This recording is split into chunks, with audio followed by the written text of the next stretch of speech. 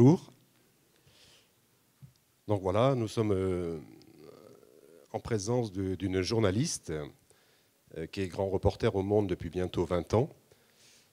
Son chemin passe notamment par l'agence France Presse, France Soir, Le Parisien et Marianne.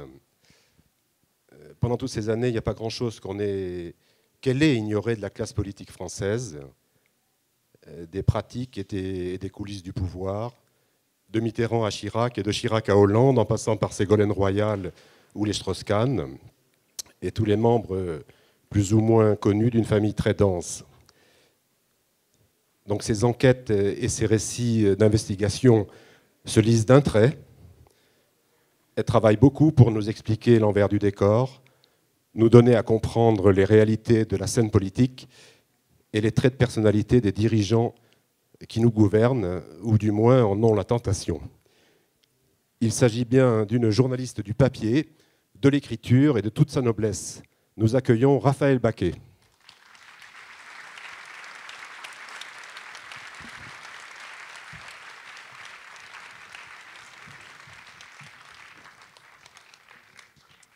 Bonjour. Bonjour Raphaël. Alors, on va commencer par le commencement, comme on le fait souvent dans la presse. Est-ce que vous savez pourquoi? Pardon. Je vais me mettre comme ça. Voilà.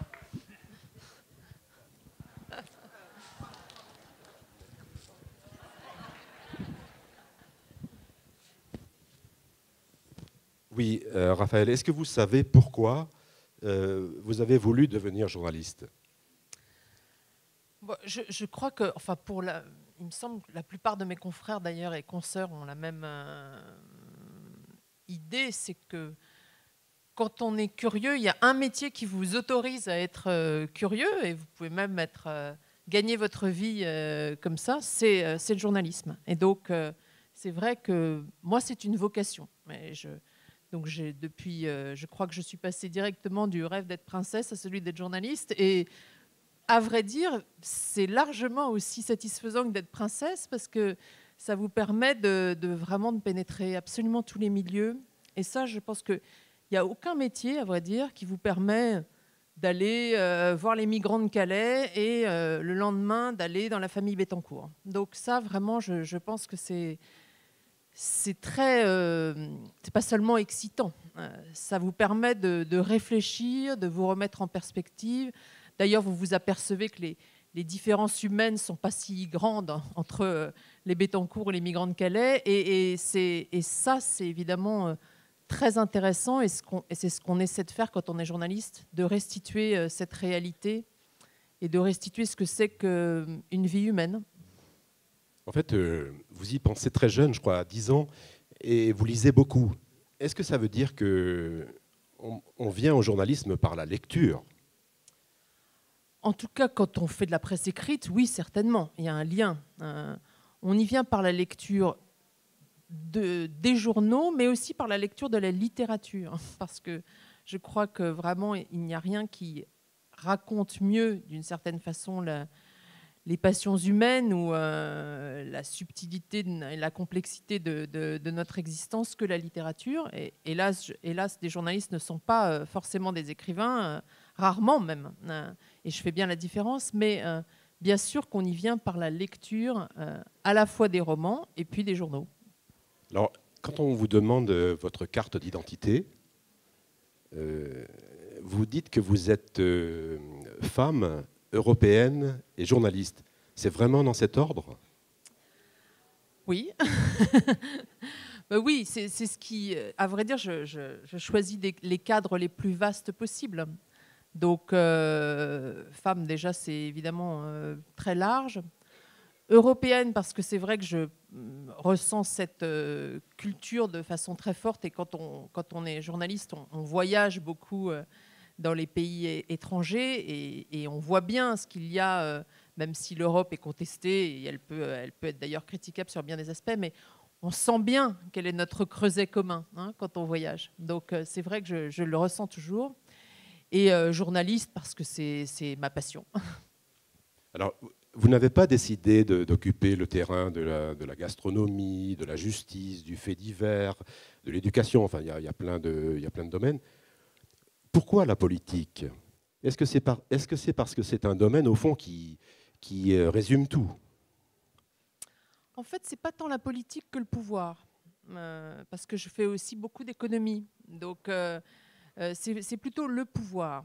Parce que d'abord, je pense que c'est le devoir du journaliste que de raconter comment nous sommes gouvernés, hein. Donc ça, je pense que c'est très important. Après, ce sont les hasards de la vie, mais ça peut m'arriver justement de faire des faits divers ou de la gastronomie, parce que ça m'intéresse aussi. Et vous voyez, justement, j'ai raconté il n'y a pas si longtemps que ça un fait divers qui allie les deux, qui était le suicide d'un grand chef, d'un de nos grands chefs français, qui était en Suisse. Et ça, justement, comment un homme peut pousser la perfection de son métier et comment, au fond, ce souci de la perfection l'amène à l'angoisse majeure, je trouve que c'est aussi un sujet qui intéresse le journalisme. Et donc voilà, c'est ce qui m'intéresse. Ça va dire, bon, si je disais les humains, c'est un peu banal, mais le pouvoir, c'est vrai que c'est ça sur lequel je me suis penchée le plus souvent. Alors est-ce que vous diriez que vous avez voulu maîtriser le journalisme pour vous consacrer à la passion du pouvoir?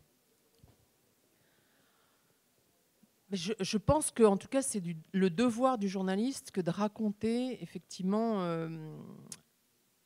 le dessous des cartes. Donc, de ce point de vue-là, je m'y attelle assez souvent. Mais je ne fais pas que ça, à vrai dire. Alors, voudrais vous demander quelque chose sur le mot, ce mot passion, et plus singulièrement le mot passionné que l'on trouve à tout va dans la presse, écrite, télévisée, radio. Est-ce que ce mot, aujourd'hui, a encore un sens mis à toutes les sauces? On a l'impression qu'il n'y a plus que les abribus qui ne sont pas passionnés. Quel rapport vous avez à ce mot? Aujourd'hui, on confond un peu la passion, c'est-à-dire l'engagement absolu, d'une certaine façon, avec la colère, avec l'excitation, et je trouve que c'est la grande transformation. C'est d'ailleurs le grand défi pour nous tous, pas seulement pour le journalisme, mais pour nous tous citoyens, que d'être capable de s'abstraire de cette folie là qu'on voit monter beaucoup. Enfin, je pense que vous en êtes tous conscients. C'est vrai qu'aujourd'hui, on a confondu cette colère, cet engagement, cette excitation de tous les instants avec la passion noble. Et donc, ce qui est difficile, c'est de restituer la nuance. Et on aimerait revenir à des choses plus nuancées que d'être sans arrêt dans des débats hystérisés. Voilà, alors là on est au cœur de ces rencontres. Est-ce que je me trompe si je dis que le mot passion n'est pas adapté au métier du journalisme? Est-ce que, où on se méfie de ce mot qui est chargé d'émotion, de violence, voilà. Est-ce que notre propos n'est pas plutôt de dépassionner un contexte pour approfondir, garder la distance, qui est la chose essentielle du journalisme?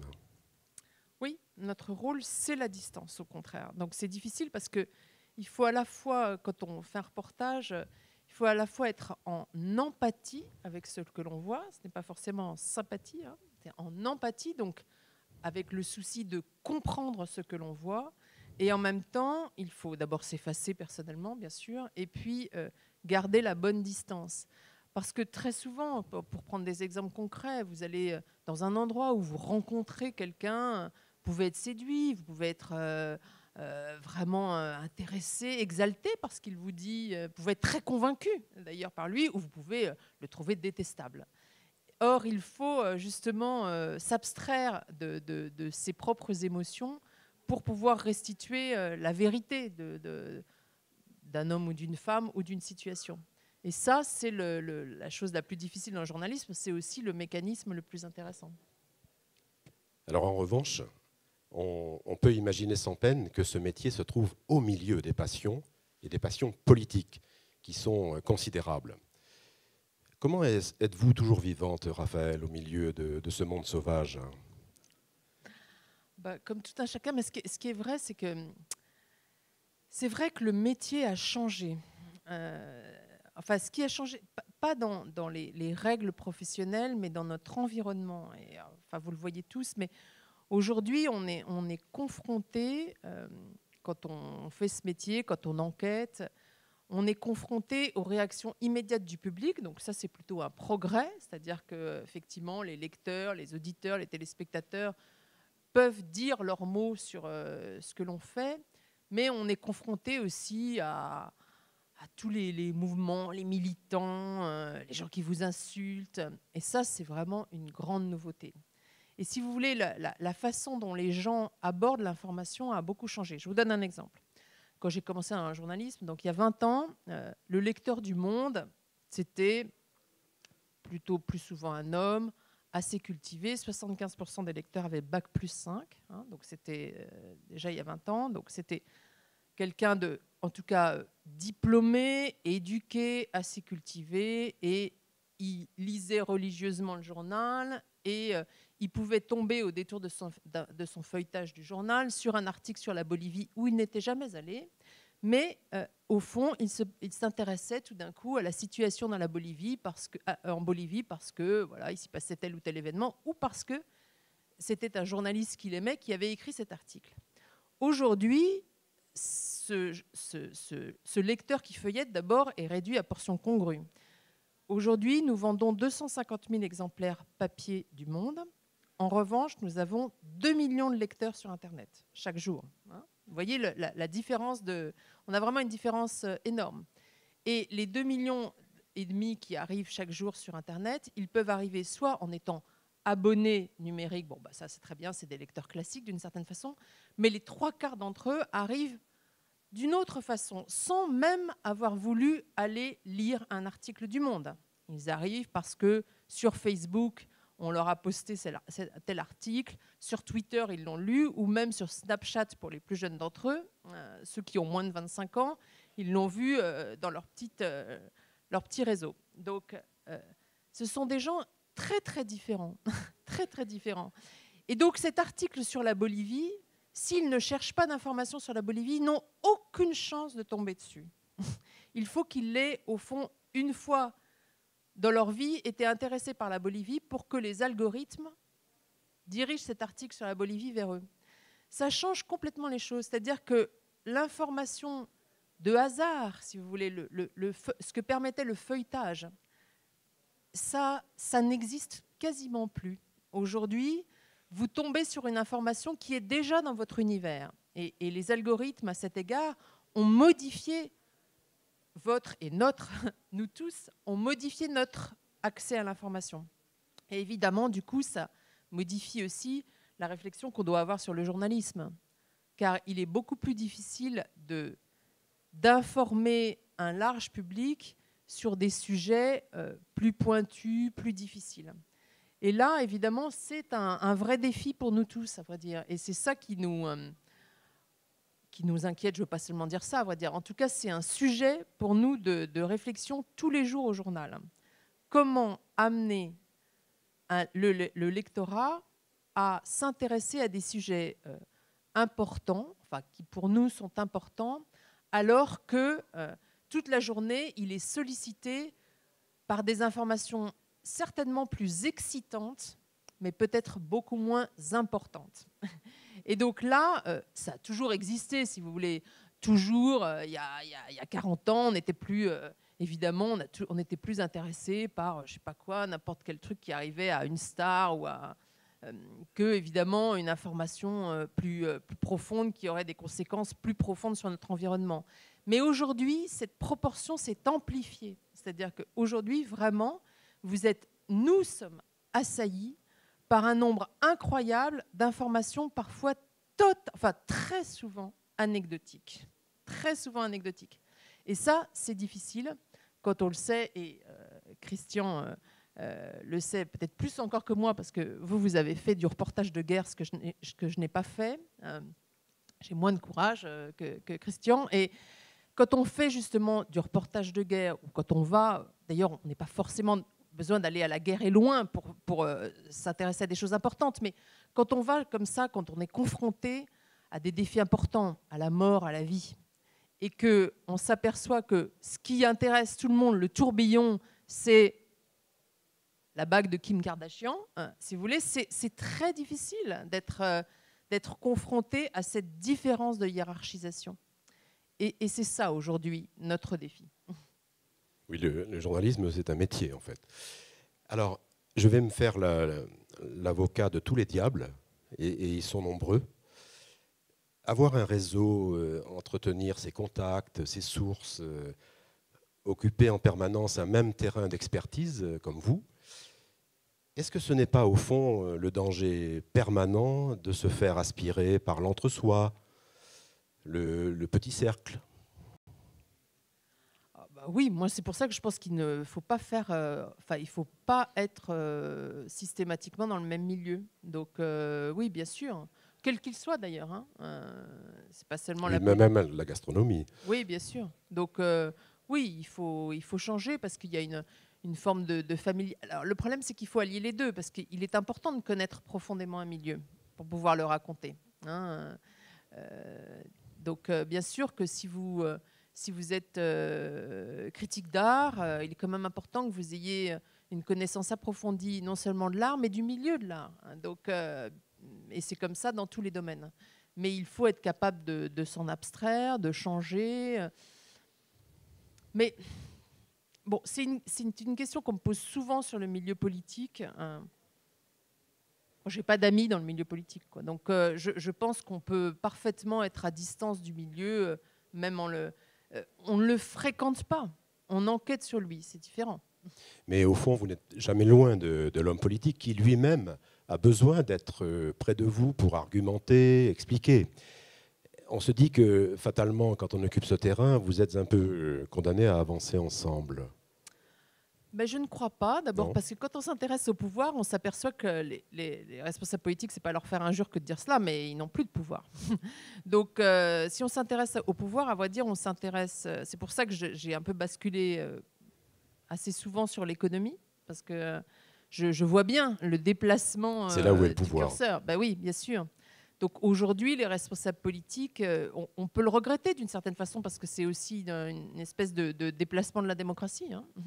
Mais les responsables politiques n'ont plus beaucoup de pouvoir. Et donc, on peut les fréquenter, mais si vous cherchez des informations, ce n'est pas forcément là qu'il faut aller voir. Donc, moi, je crois qu'on peut rester à la bonne distance quand même.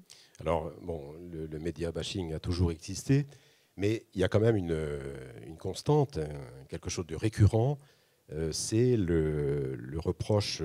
Parmi tous les reproches que l'on fait aux gens qui pratiquent ce métier du journalisme, c'est la connivence.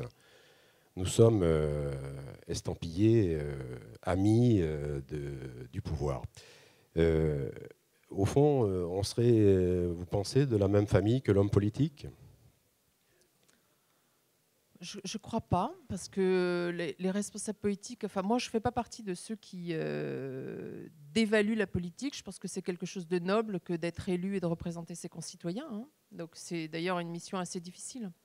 Mais il n'y a pas besoin d'être connivant pour ça. À vrai dire, bon, ce que souvent les lecteurs demandent, c'est alors les pressions des hommes politiques. C'est souvent la préoccupation, hein, que je la comprends.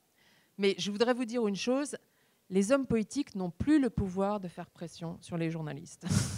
Ce qui fait pression sur les journalistes, ce sont les forces économiques, ce ne sont pas les hommes politiques. Donc peut-être que vous avez entendu parler, on a sorti les Paradise Papers, LVMH nous a retiré 600 000 € de pub.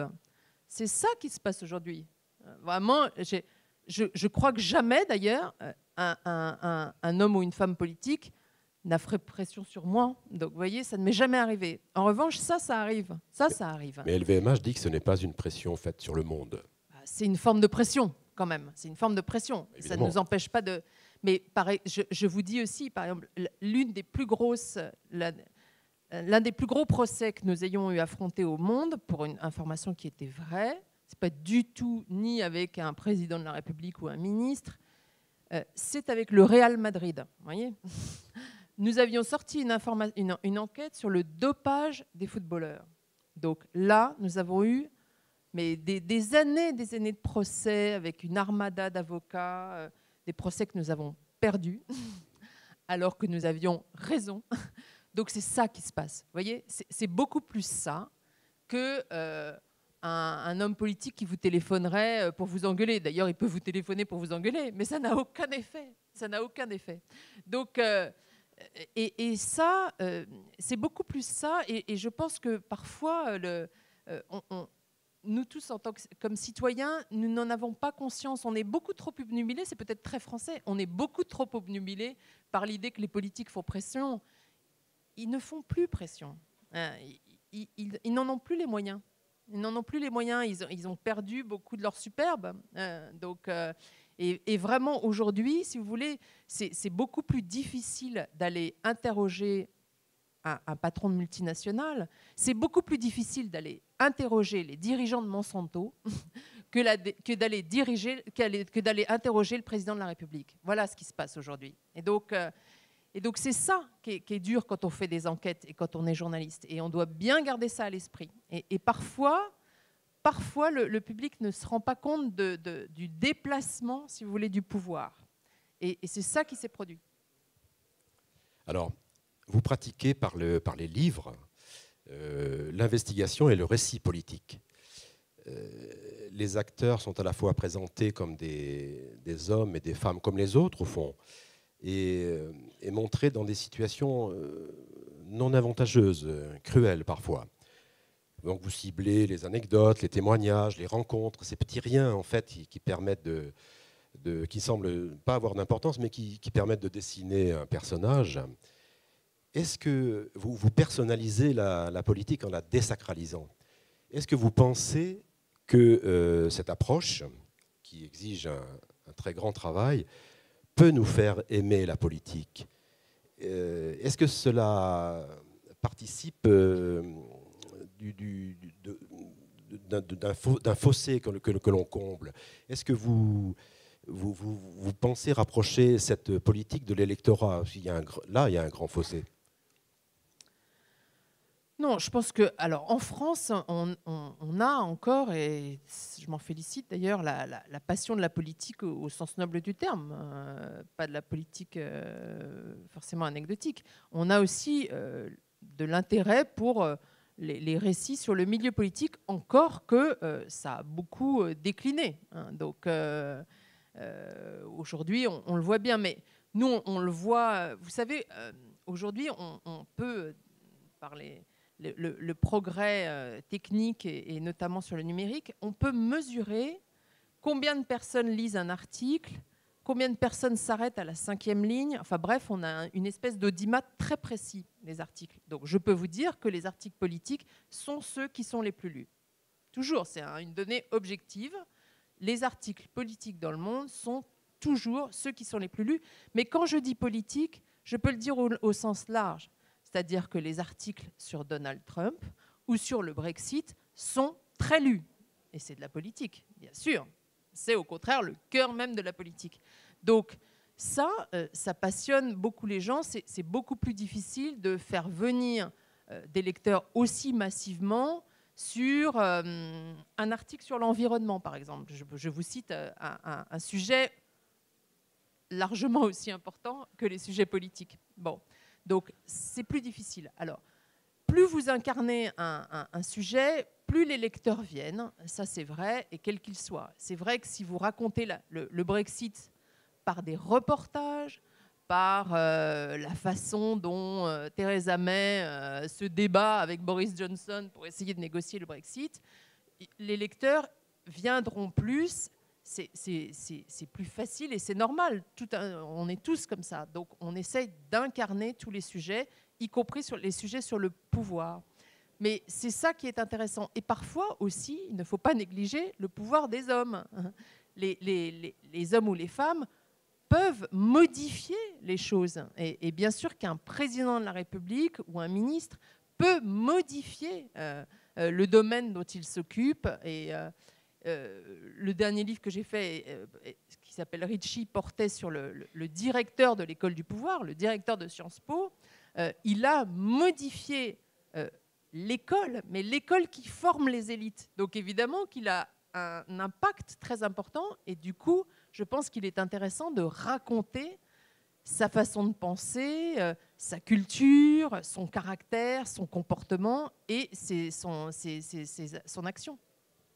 Alors, il y a une expression qu'on entend beaucoup dans ce monde, dans notre monde, c'est « vous n'allez pas, comme ça, avec le doigt levé vers vous, vous n'allez pas vous faire que des amis ».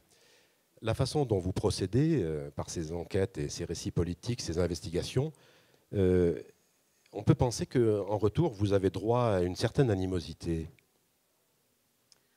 Oui, alors aujourd'hui, ce qui a changé, parce que bon, l'animosité de tel ou tel responsable, bon, d'une certaine façon, on y est habitué, et c'est une forme de légion d'honneur pour les journalistes. Ce qui a changé, ce qui est nouveau, c'est plutôt l'animosité du public, d'un certain public. C'est-à-dire qu'aujourd'hui, effectivement, l'audience a pris le pouvoir, et donc nous avons en retour les réactions, non seulement les commentaires de nos lecteurs sous les papiers, mais les réactions sur les réseaux sociaux. Anonymes. Et moi, je pense que ça, c'est une forme de pression plus importante, enfin, en tout cas aussi importante parfois que les pressions qu'on peut avoir d'un responsable d'une multinationale qui vous recevra avec son armada d'avocats. Et je le vois bien, c'est un débat que nous avons entre journalistes. Il est parfois difficile d'affronter la foule, la foule anonyme qui est sur les réseaux sociaux. Et c'est ça qui est difficile. Alors, quand on appartient à un grand journal, ça va. Quand on est journaliste indépendant, c'est beaucoup plus dur.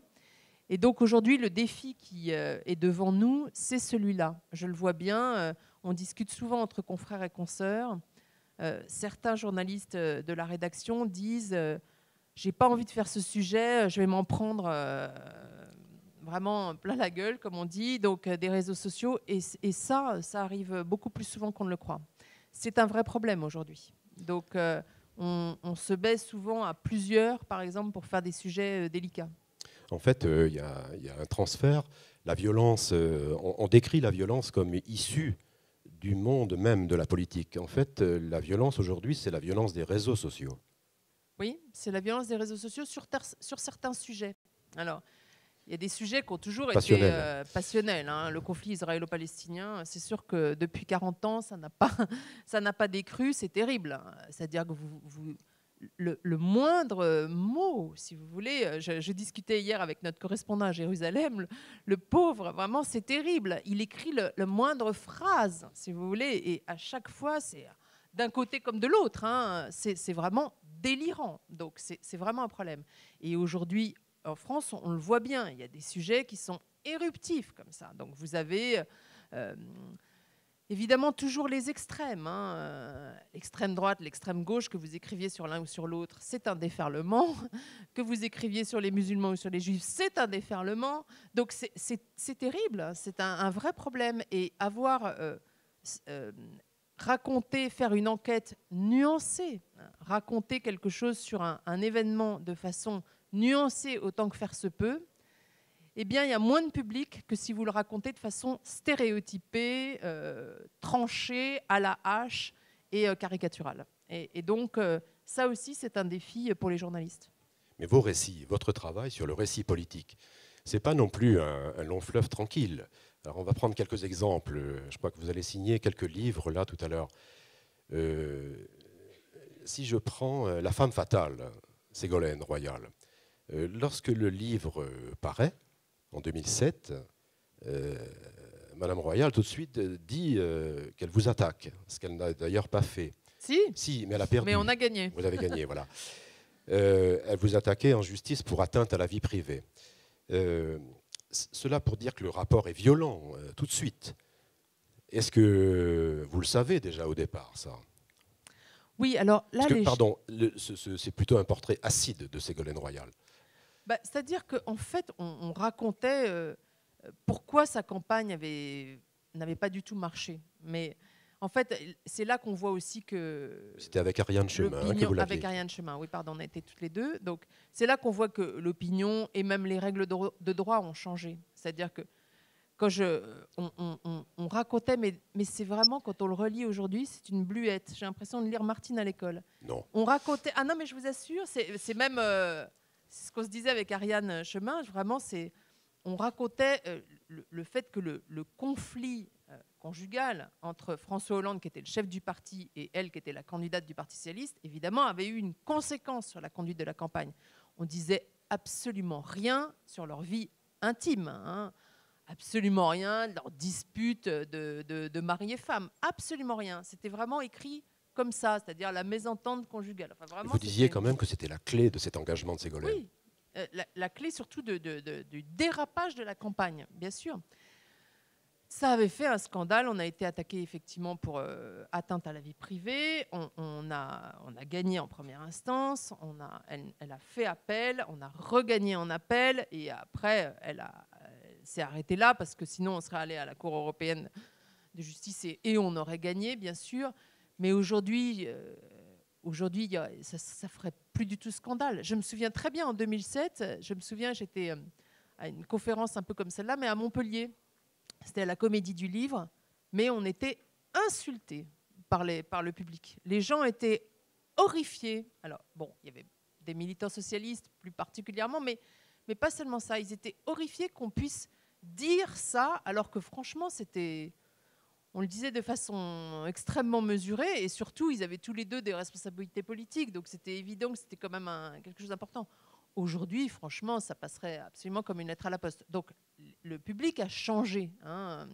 Le public a changé à la fois sur la vie privée, sur la façon d'aborder la politique, sur le fait de pouvoir faire des révélations sur des choses qui ont une importance, mais qui ne sont pas directement dans le milieu. Donc ça a beaucoup changé.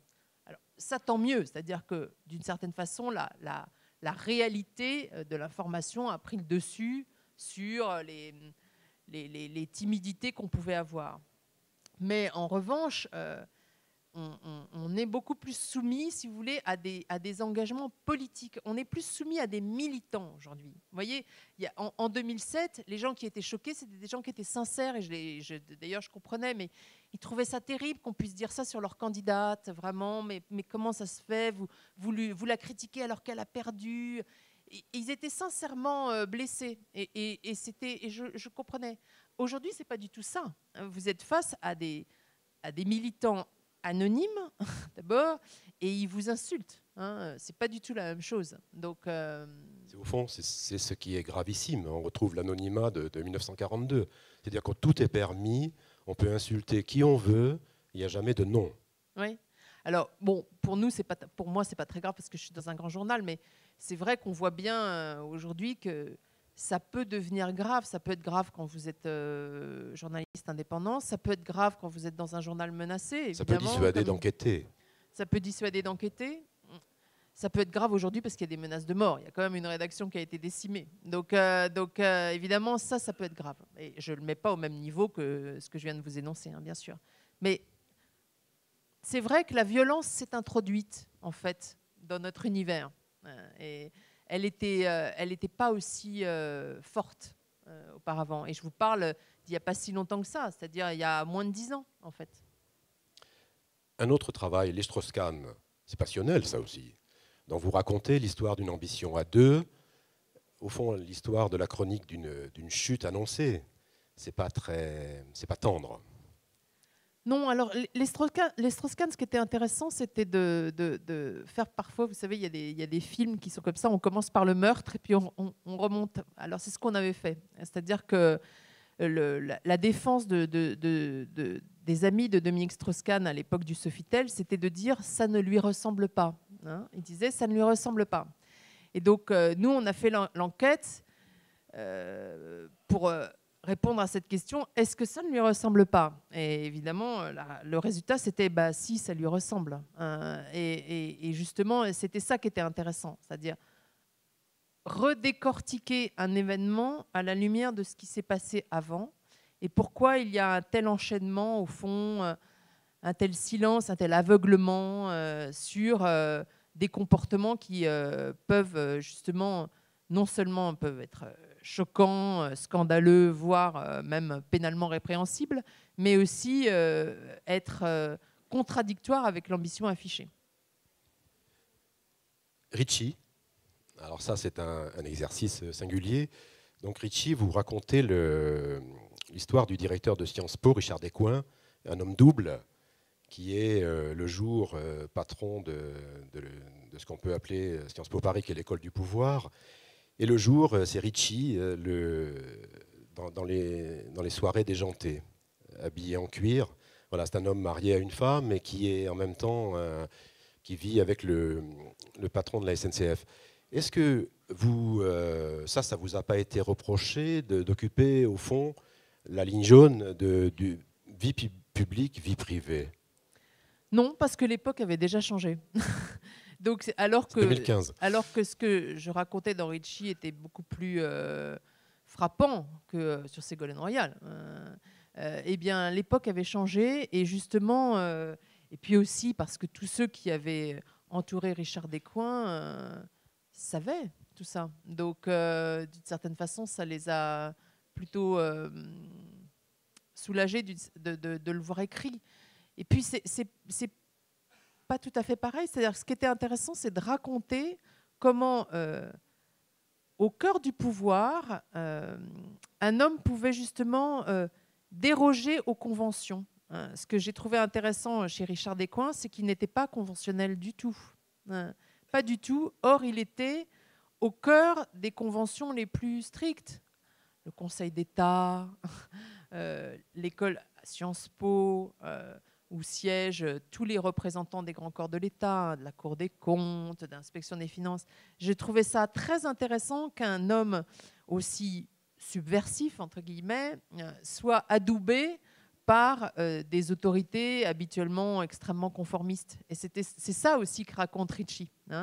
C'est d'une certaine façon le thème inépuisable de « il faut que tout change pour que rien ne change ». C'est-à-dire qu'on avait accepté à la tête de l'école du pouvoir quelqu'un qui justement faisait changer toutes les conventions pour que rien ne change, pour que l'école du pouvoir reste l'école du pouvoir.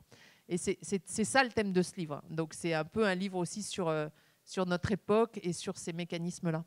Et aussi le pouvoir gay, non? Oui, il y avait aussi le fait que justement, ça racontait aussi comment l'homosexualité était beaucoup plus admise aussi, puisque justement, lui, c'est un homme qui, aux yeux de tous, vivait plus que son homosexualité, parce qu'il vivait pas sa double vie, parce qu'il n'y en avait pas une cachée. Il vivait avec effectivement un homme et une femme aux yeux de tous. Donc ça, c'était intéressant aussi, et de raconter que jusqu'à son enterrement, le prêtre avait salué sa femme et son amant. Et ça raconte aussi l'époque. C'est intéressant de voir à quel point ça a changé. C'est-à-dire que pour un homme comme lui, qui était le symbole même de l'élite, eh bien, il y avait une espèce de tolérance, de compréhension, et ça ne me choque pas qu'elle soit là, mais de tolérance qu'on n'a pas forcément pour des gens qui ont moins de pouvoir. Donc ça aussi, ça racontait ça. Alors, il y a deux contraintes majeures dans ce métier, deux souffrances, parfois deux agonies. Je parle de notre métier, c'est le temps et l'espace. Vous êtes d'accord? Est-ce que l'investigation, ce travail que vous faites, le récit politique par le livre, vous permet d'échapper à ces deux contraintes et d'aller plus loin dans ce que vous aimez raconter et décrypter? Ça, c'est très important, je trouve. Oui, bien sûr. Il y a des sujets, à vrai dire, qui ne se prêtent pas à un article. Vous voyez, par exemple, justement, Richard Descoings, si je fais juste un article, fût-il long, c'est-à-dire 2 pages du Monde, par exemple, ça fait à peu près, vous pouvez faire 25 000 signes. Donc, c'est beaucoup de pages du Monde, à vrai dire. 2 pages du Monde, 25 000 signes, ça fait 15 pages d'un livre. Voilà, que vous ayez une idée. Mais en 15 pages de livre, si je fais ça sur Richard Descoings, je suis obligée de prendre un angle très particulier. Donc, soit je prends sa façon de diriger Sciences Po, soit je prends les réformes qu'il y a faites, soit je prends l'homme de la nuit, cette vie déjantée. Mais d'une certaine façon, je ne vois qu'un aspect de lui. Or, ce qui était intéressant dans Richard Hitchcock, c'est tous les aspects. C'est en un seul homme, tous les aspects, y compris toutes les contradictions les plus criantes. Donc, ça ne s'adaptait pas, ce n'était pas possible de le faire. Enfin, c'est toujours possible, mais d'une certaine façon, c'est caricaturer un sujet alors que c'est un sujet qui mérite de la nuance. Donc, c'est pour ça que c'est un sujet qui est bien mieux pour un livre que pour un article de journal. Mais vous auriez plus de plaisir à ne faire que ça? Oui, c'est sûr que je trouve que les livres sont plus... quand on aime enquêter et quand on aime écrire, évidemment, ça vous permet d'aller vraiment plus profondément quelque part. Mais en même temps, le journal, c'est aussi... Il y a une forme de plaisir aussi à être en prise avec l'actualité, à être rapide aussi. Parce que, on le dit rarement, mais le fait d'être le premier est un des critères pour les journalistes. Vous devez... non seulement dénicher l'information juste, mais si possible, être le premier à la publier. Et c'est important, d'une certaine façon, d'être le premier à révéler quelque chose. Donc ça aussi, j'aime le faire. Et donc c'est pour ça que je reste aussi dans un journal. Je ne fais pas que des livres. De toute façon, je ne pourrais pas en vivre. Mais... Alors, près de 25 ans, donc vous êtes journaliste depuis Oui, depuis 1989. Donc depuis... Je suis de la génération de la chute du mur. C'est important d'ailleurs. Oui. Est-ce que vous avez vu des choses changer? Qu'est-ce que vous retenez de ces 25 dernières années? Il y a vraiment des choses très clairement que vous avez vues changer en direct. Qu'est-ce que vous dites là-dessus? Alors, j'ai vu changer... Bon, la France, d'une certaine... Après, on regarde la focale. La France... a quand même beaucoup changé, je trouve. La société française est quand même beaucoup plus pessimiste, hélas. J'espère que là, ça va peut-être un peu bouger, mais enfin, je trouve que le pessimisme s'est introduit vraiment, on le voit bien dans la société française, et je le vois quand je fais du reportage. C'est-à-dire que on est toujours très très bien accueillis, et la diversité française est quand même merveilleuse, et ça c'est toujours formidable quand on se balade partout en France. On voit d'ailleurs que les Français vivent plutôt bien, mais effectivement, c'est ce que disait l'écrivain Sylvain Tesson, la France, ce paradis dont les habitants croient vivre en enfer. Je crois que c'est très vrai. C'est très vrai. C'est-à-dire que quand on fait du reportage, on voit bien que la France est un paradis. Et vraiment, quand on voyage au-delà de nos frontières, on voit bien à quel point nous sommes privilégiés. Ici, à Pau, encore plus. Plus encore à Pau, c'est vrai. Quand je suis arrivée hier... Non, mais c'est vrai, bien sûr. Quand on arrive hier avec ce merveilleux temps et qu'on voit évidemment la chaîne des Pyrénées, que j'ai déjà vue 1000 fois, mais on ne s'en lasse pas, c'est toujours aussi formidable et magnifique. C'est vrai que c'est une chance, mais non seulement dans les paysages, mais dans notre vie quotidienne. Les gens vivent plutôt bien. Je suis toujours frappée, et ça n'a pas changé, c'est une constante, du nombre de gens qui sont engagés dans des associations, qui font des choses bénévoles, et c'est comme ça d'ailleurs que le pays tient. Donc ça, c'est une constante, et c'était les premières choses qui m'avaient frappée quand j'ai commencé dans ce métier, et c'est toujours le cas. Mais ce qui a changé, c'est notre état d'esprit. Je trouve que, il me semble que dans mes premiers reportages, les gens étaient plus légers, plus optimistes, et que le pessimisme s'est introduit, et un pessimisme franchement qui n'a pas lieu d'être. Qui n'a pas lieu d'être. Car les pays étrangers vivent beaucoup plus mal que nous. Et nous, en plus, on a des perspectives qui sont plutôt galvanisantes. Le pays va s'en sortir. Le pays va s'en sortir, franchement. Donc, c'est très étonnant. Et alors, surtout, après, non seulement quand on va dans le reste de l'Europe, mais alors quand on va dans des pays qui ne sont pas des démocraties, ce qui m'arrive assez souvent, alors là, franchement, on est dingue de se plaindre comme on le fait. Je veux dire, on a une liberté merveilleuse en France. Merveilleuse. Mais au fond, faisons un peu aussi notre mea culpa. La presse, alors quand on dit la presse, c'est un grand sac que je n'aime pas beaucoup. Oui, les médias sont sans doute anxiogènes. Voilà. Le journal de 20 heures, par exemple. Est-ce que ce n'est pas un peu un film d'épouvante? On met le chronomètre à 20 heures. La première bonne info, c'est à 20h28. Bon, donc ça, c'est quand même un problème. Non, mais c'est tout à fait vrai. Et si on va se coucher tout de suite, on dort très mal. Et c'est vrai, et c'est d'ailleurs une mauvaise culture dans la presse, parce que c'est pas seulement le journal de 20 heures, je le vois bien au Monde, très souvent, quand on veut mettre une... C'est notre souci. Souvent, on dit, bon, arrêtons d'être anxiogènes, essayons de mettre une information positive. Et il y a toujours une voix, qui peut changer d'ailleurs, il y a toujours une voix pour dire, mais on n'est pas là pour raconter l'actualité heureuse. Cette phrase, je l'ai entendue, mais 1000 fois dans les rédactions. On n'est pas là pour raconter l'actualité heureuse, mais on est là pour raconter la réalité.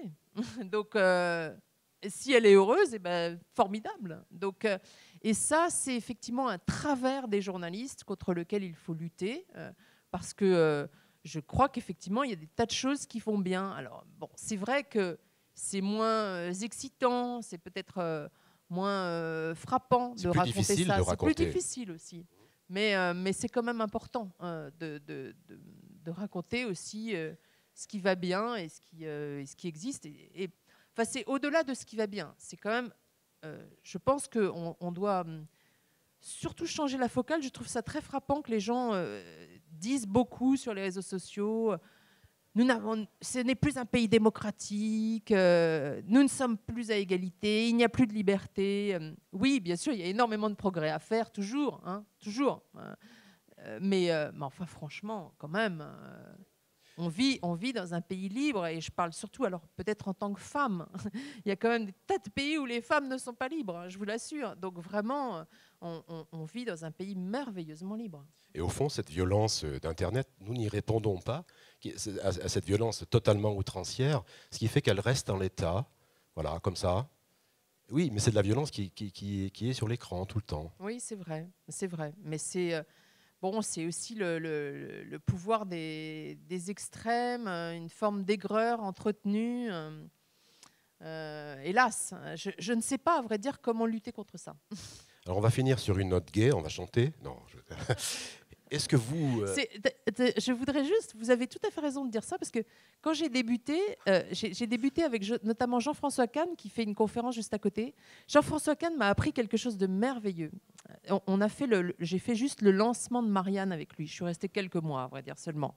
Mais il m'a appris quelque chose. La première chose qu'il avait fait quand on a installé la rédaction, il avait installé un piano. Et vous savez que Jean-François Kahn, si vous le connaissez, il est passionné de chansons françaises. Il connaît un répertoire d'ailleurs délirant, vraiment de chansons françaises, y compris les chansons les plus anciennes de l'Ancien Régime, enfin incroyable. Et à chaque bouclage, nous chantions. Quelle merveilleuse idée! Quelle merveilleuse idée! Et nous chantions, et je pense qu'effectivement, c'est très important de garder la musique, le chant, tout ce qui permet effectivement la gaieté. Et il disait très justement, quand les journalistes s'amusent dans une rédaction et quand ils sont joyeux, les lecteurs le voient en lisant leur papier. C'est très vrai. Absolument, c'est pour ça que je travaille tout seul. Alors, une dernière question. Qu'est-ce que vous auriez pu faire d'autre, vous ? Sur quel terrain auriez pu vous engager ? Bon, c'est pas la musique, mais dans quoi vous auriez pu aller ? Vers quoi ? Je ne sais pas, je ne l'ai jamais imaginé. J'aurais pu écrire des histoires, je pense. Oui. Donc voilà, écrire. Ce que vous faites en fait.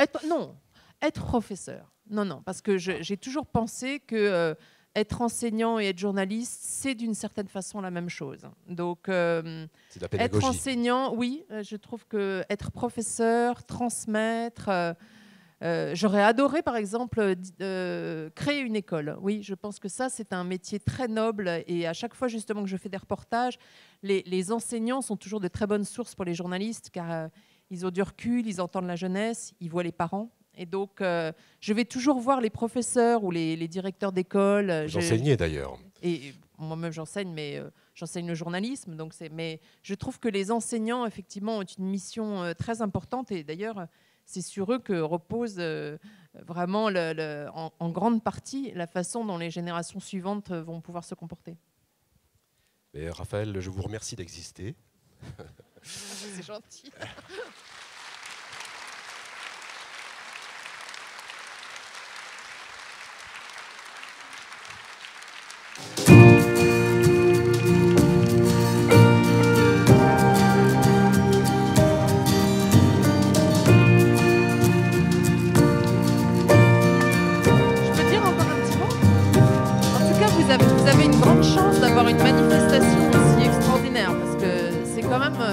passionnant, je dois dire. Toutes les conférences auxquelles j'ai assisté hier étaient formidables. Je regrette du coup d'avoir raté celle de Jean-François Kahn et de vous l'avoir fait rater à vous-même, mais il était un tout petit peu avec nous comme ça. Mais vraiment, c'est une chance. Je suis d'ailleurs frappée et très enthousiaste